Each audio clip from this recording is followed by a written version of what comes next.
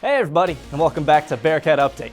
Today, I'll be updating you on how the seasons are looking for our fall sports. From volleyball's senior day to the tip-off of the basketball season, we've got a lot to cover, so let's get right into it.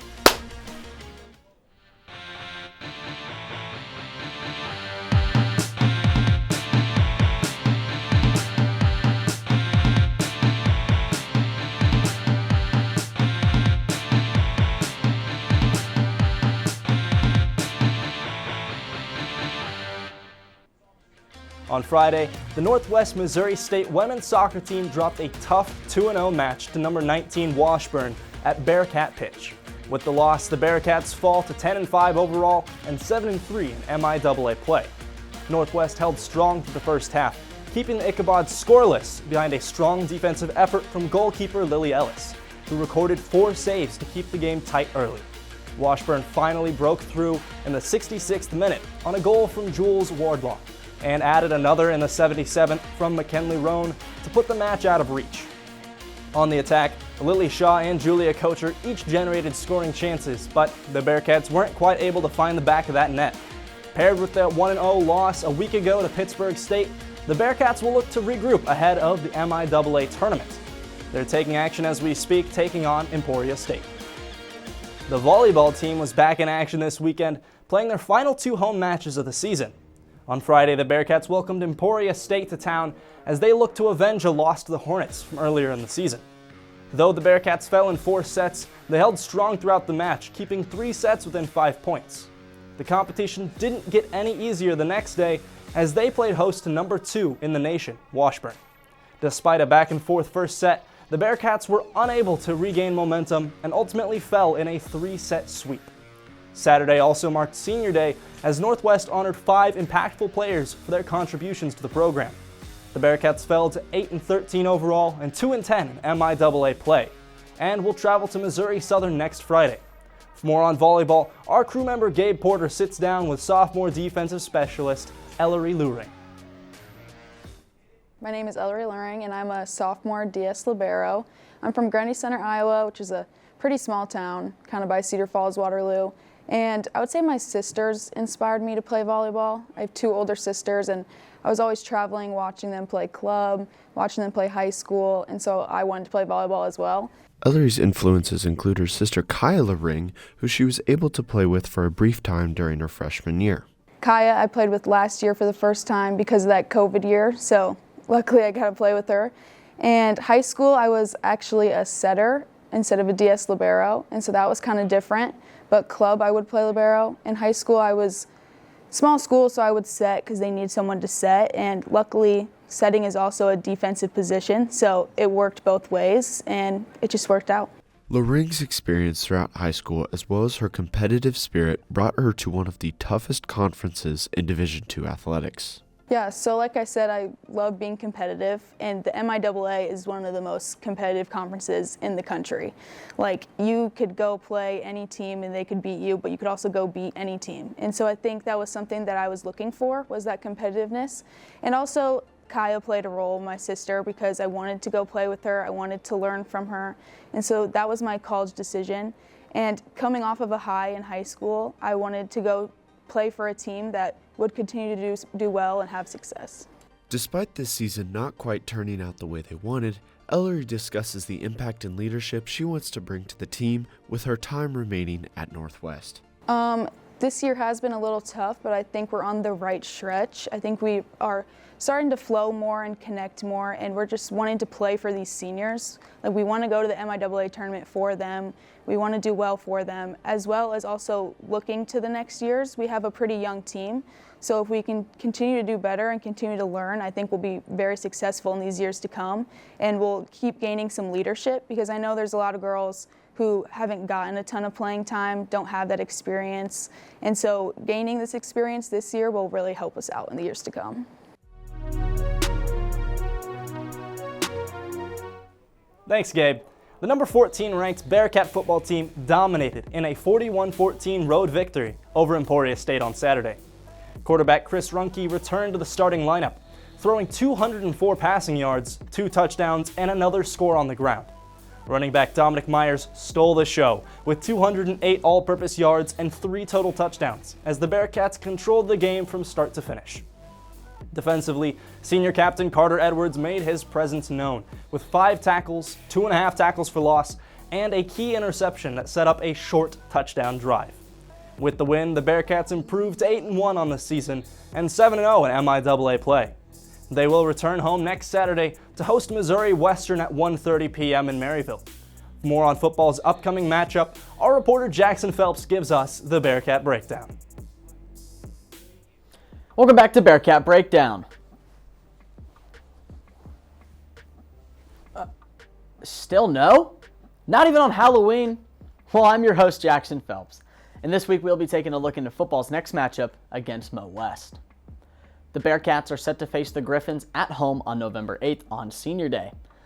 The Bearcats won last year's matchup in St. Joe 33-23, and the Bearcats lead the series all-time 25-4. The Griffins currently sit 9 out of 10 in offense in the MIAA and have been led by junior Kane Donovan, and so far he has over 1,600 yards and 10 touchdown passes. Another Griffin weapon on offense is 5th-year running back Brandon Hall, who has rushed for over 500 yards along with a rushing touchdown. The Bearcat offense has been terrorizing opposing defenses all season and currently sits at first in the MIAA in scoring offense, and have been led by sophomore running back Jon Porter, who currently has over 300 yards rushing and 6 rushing touchdowns. Another offensive threat for the Cats is the team leader in receiving in Luke Matthews. He has been a real thriller, leading the team in receptions along with 300-plus yards and 5 touchdowns. The Griffins' defense is ranked 4th in yards in the MIAA, and they have been led by sophomore linebacker Drew Scott, where he leads the team in tackles with 50-plus, among with 3 tackles for loss with 1 forced fumble. Mo West is also led on defense by senior linebacker Brecken Manus, where he has 43 tackles along with 7.5 tackles for loss and 1 interception. The Pack Cats defense has been one of the scariest in the MIAA throughout the season, and they currently sit first in scoring and yards. They have been led by sophomore defensive lineman Jordan Pegram, who has haunted the backfield all season with 6.5 sacks and 17 tackles. Another key threat the Bearcats possess is senior defensive lineman Clayton Power, where he currently has 3 sacks along with 22 tackles, and all his tricks earned him a treat in Week 4, taking home MIAA Defensive Player of the Week. Another edition of this great rivalry is set at home this year. The Bearcats are currently undefeated at home this season and in the MIAA. With playoffs creeping just around the corner, the Bearcats control their own destiny, and I don't see them losing this week as they continue their dominance. I'm Jackson Phelps, and this has been your Bearcat Breakdown.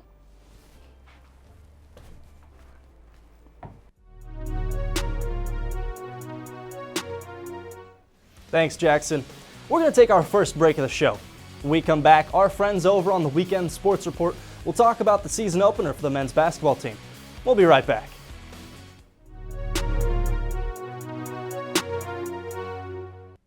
Welcome to KZLX-LP Maryville, an independent student-run station on the campus of Northwest Missouri State University. We play non-stop top 40 hits and offer a variety of different specialty shows. So tune in to KZLX 106.7.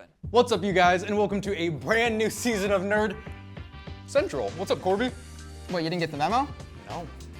New season, which means new uploads, new crew, new host. What? No, I didn't get that. Get on out of here. Now that he's gone, let's bring in the crew. Whoa! Hey, settle down, everyone. We're gonna make sure this is a great season for the folks at home, because you're watching Nerd Central.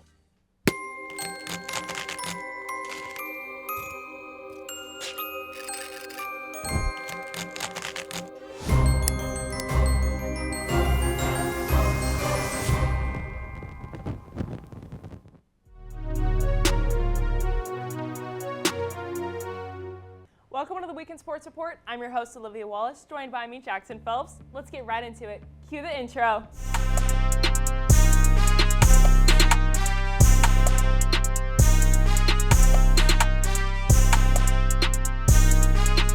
Jackson, the Bearcats just played their first game against Minnesota State. You were there. Just talk me through that game and what you saw. Yeah, the Bearcats opened up their season today at the CCA Tournament down at the St. Joe Civic Arena in downtown St. Joe. Played Minnesota State, the Mavericks. This is the 6th matchup that we've had of them all time. Last time we placed them was in the 2024 Central Region Tournament.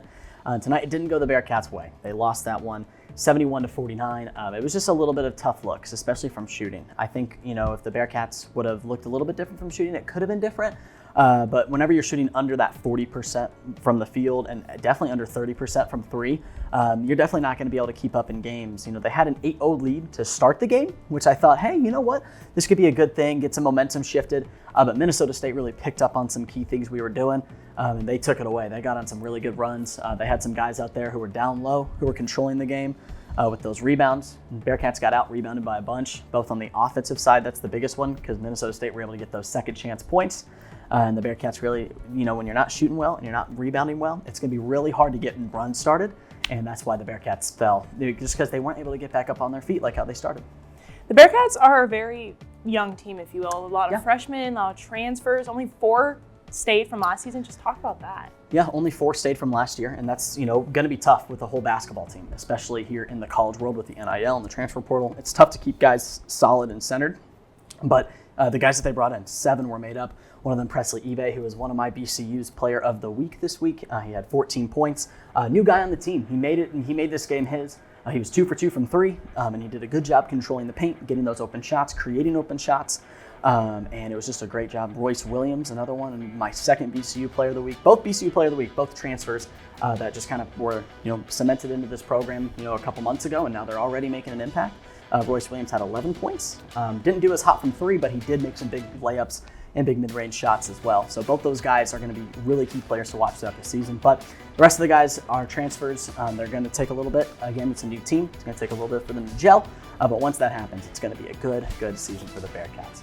As we're going to shift to my favorite segment, BCU's Plays of the Week. Let's kick things off with play number 1. We're going to take a look here. It's Jack Radigan. He's going to fake the pass to Presley Ebe, the guy who I talked about, BCU Player of the Week, and he's going to get it to my second BCU Player of the Week, Mr. Royce Williams, for 3. This is one of my favorite plays from Friday's game just because of how they were able to create the space. And as we're going to take a little bit more of a deeper dive into this one, I want to take a pause right here. Right here, as we see, Royce Williams is going to be loading up his pivot foot right here. He's going to take the jab on that pivot because he wants to draw Mr. Harmon off right here, where he wants those legs to be going back. Because in this moment, he wants to take the 3. He just needs to make sure the guy in front of him takes a step back. With a guy like Radigan in the mismatch here, with Jones, and now him right there, it's going to be tough because his job is to stick with Radigan. What Harmon thinks is Radigan's going to come back. So as we let this play out one more time, you're going to see that Harmon actually takes a step back, and that is what enables Royce Williams to get that enough space for 3. So a really great play from him. So we're going to take a look at the second play here. Once again, it's Walters, and Radigan once again finding his way into BCU Plays of the Week. He did, again, the leadership that he possesses to be able to find space, to make those plays is really key. But what I want to talk about is the assist game from the Bearcats. I mean, the shooting really wasn't there all Friday night, but them being able to open up the pass game and finding those open guys really propelled them to get most of their runs started and get the points. Walters here finds Radigan down low, total mismatch. And as we take a look at the second time here, I'm going to take a pause right here. As we take a look, Walters does get this pass off. The space on the court, Olivia, is what I want to open up for you to talk about. Just talk to me about what you see right here with that amount of space. I mean, obviously, we see it. I'm sure they see it. This open spot just right here. Yep. He sees he's wide open. He's not chasing him down. Obviously, he's close to the hoop. He takes it, and he gets it in the hoop for the right-hand job, like you said. He does. It was a great job because this guy, Harmon, was supposed to come down earlier for the help defense, but he does not, as we see, as Radigan gets the open play. We're going to take a look at play number 3 here. It's going to be Aiden Gare, another transfer, this time to Trey Mawala, who I mentioned, another leader, a guy who returned from last year this year. Again, doing a great job making some great plays for the Cats this season. Aiden Gare, another assist at the top of the key. I feel like the Bearcats did a great job at the top of the key looking downward because they realized that the Mavericks, they were not doing a great job help side, especially on the baseline. The guys were not crashing in, so they allowed that to go forward down. As Gare finds Mawala down low on the next playthrough, I want to take a little bit of a deeper dive into this one. So I'm going to pause it right here. So right here, Gare, they came into this game knowing that he was a shooter. He was a transfer from Millersville. He had the most threes on that team last year. Obviously, this guy is going to want to shoot the ball. That's what Mr. Zero, Mr. Guy is going to think. He says, oh, he's going to post up for 3 here. He's going to get the pick from Mawala. He's going to post up for 3. That's not going to happen. Garrett actually keeps his feet on the ground. And guess what? His or not, he's supposed to be cutting back because he knows MIAA's on the pick and roll, so he's going to cut down. Number 20, his job was to stay in front of this front area because he also knows MIAA's only job right now is to cut to the basket. And he does a great job. MIAA realizes how much space is in front of him downhill. He's going to crash to the board, but I want to talk about the pass from Garrett. Fits it in this tight window between his left hand, and MIAA does a great job catching it and putting it up. A great progression from the seniors. We let it play out. He finds the pocket, and for the score. Another great play from the Bearcats, and 3 of my favorite plays from Friday's game. Well, that'll do it for BCU's Plays of the Week. We're going to send it to Jon Rinehart as he breaks down next week in Bearcat Sports. Holiday season has officially kicked off, and after a bunch of scares from the Bearcat Sports last week, it's time to turn the page and feast before the playoffs start, and Northwest Athletics give us a reason to celebrate next week in Bearcat Sports.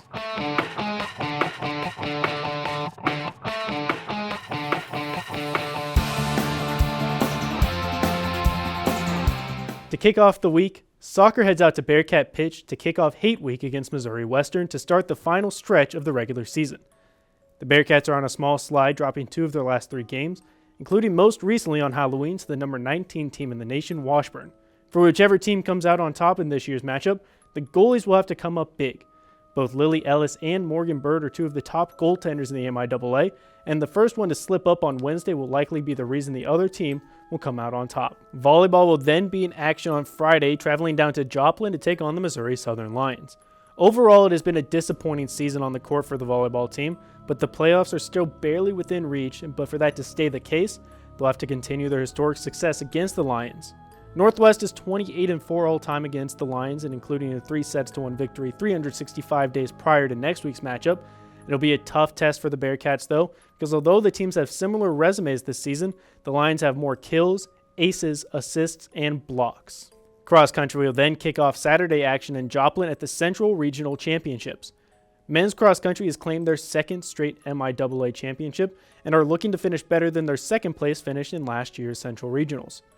Drew Atkins and Aziz Mohammed finished 1-2 with John Langill about 45 seconds behind in 14th, and the women's team had their own success last meet, coming in 4th to move on to the regional meet, and are trying to improve upon their 8th place finish from last year. Bearcat Update's game of next week is making an appearance at Bearcat Stadium with the Griffins visiting town for Senior Day.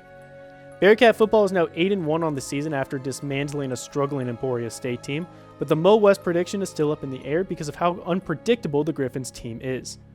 The Griffins are 3-6 this season, but with wildly different results, which include losing by almost 40 to the same Hornets team the Bearcats just beat up on, but also taking Augustana, the number 23 team in the country, to the wire before losing 30-26. One thing that is predictable, though, is the rushing attack for both teams. Quincy Torrey has a strong showing in nearly every game this season when he does get the ball in his hands from the dual quarterback system, and Brandon Hall is putting his 5 years of experience on show, being one of the few bright spots on this Griffins team. Finishing out the week, volleyball will continue to keep their playoff hopes alive against a very strong Jenny squad. Northwest is 8-28 against UCM and are looking to take back-to-back matches for the first time since 2021. Central Missouri will be a tough test, being the epitome of jack of all trades, master of none. They aren't leading the conference in any offensive statistics, but are top 5 in almost every category. That's coming in an area where both teams have had strong showings this year on the outside of the courts, where Emma Ciron is dominating on the season, and Abby Boltice is helping give the Bearcats a glimmer of hope for next season. That's all that's happening next week at Banana Cat Sports. I'm Jon Rinehart. Thanks, John. We're going to take our final break of the show. If you like what you see, make sure to like, subscribe, and click that bell to be first to know when we post new content. When we come back, our reporter Cayden Simpson sits down with the star of yesterday's football game in another Bearcat Update exclusive interview. We'll be right back.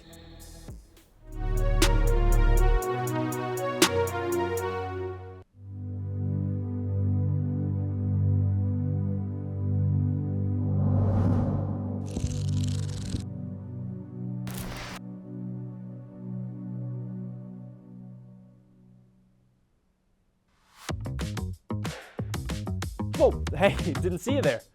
So you want to know how we run KNWT? Let me show you. We strive to improve content week to week. From weekly entertainment to award-winning documentaries. We have a little something for everyone. How do we show this creativity? Creative Services.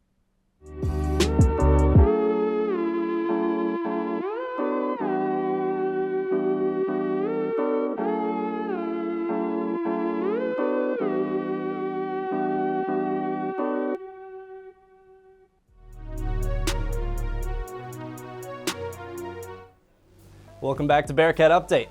Let's take a look at where our Bearcats stand in the national rankings. Our fall sports continue to shine, with multiple teams earning regional and national recognition. Men's cross country is holding a strong spot at 7th in the nation, while the women's team comes in at 28th, both preparing for the postseason competition. Meanwhile, women's soccer is making noise in the Central region, ranking 7th, and Bearcat football sits at number 14 nationally, riding an 8-game win streak and remaining unbeaten in MIAA play. The magic number for football is now 2, meaning that with 2 wins or 1 win and a Pitt State loss, they will clinch their first MIAA championship since 2021. Across the board, the Bearcats are proving their strength on the national stage this fall. Keep up the great work, Bearcats. Prior to Northwest's game on Saturday against Emporia State, our reporter Cayden Simpson was able to sit down with running back and return man Dominic Myers, who had a monster game, rushing for 2 touchdowns and adding 1 more through the air. Good afternoon, Bearcats, and welcome back to another Bearcat exclusive interview. Today I'm here with Dom Myers, running back for the football team. How are you doing today? I'm doing good, man. How are you doing? Oh, I'm doing fantastic. So as a senior, how do you try and connect with and motivate the younger guys in the program? You know, I'm a relational guy, so like I love, you know, taking younger guys under my wing, you know, just telling them that, you know, your time's gonna come, because I understand everybody's a dog in high school, you know what I mean? And, you know, I was once in their shoes, you know what I mean? Coming in as a freshman, like, you know, I want to be playing and all that. And, you know, at certain points, like, you know, it's, you got to wait your turn, you know what I mean? But do little things like, you know, be a special teams guy, you know what I mean?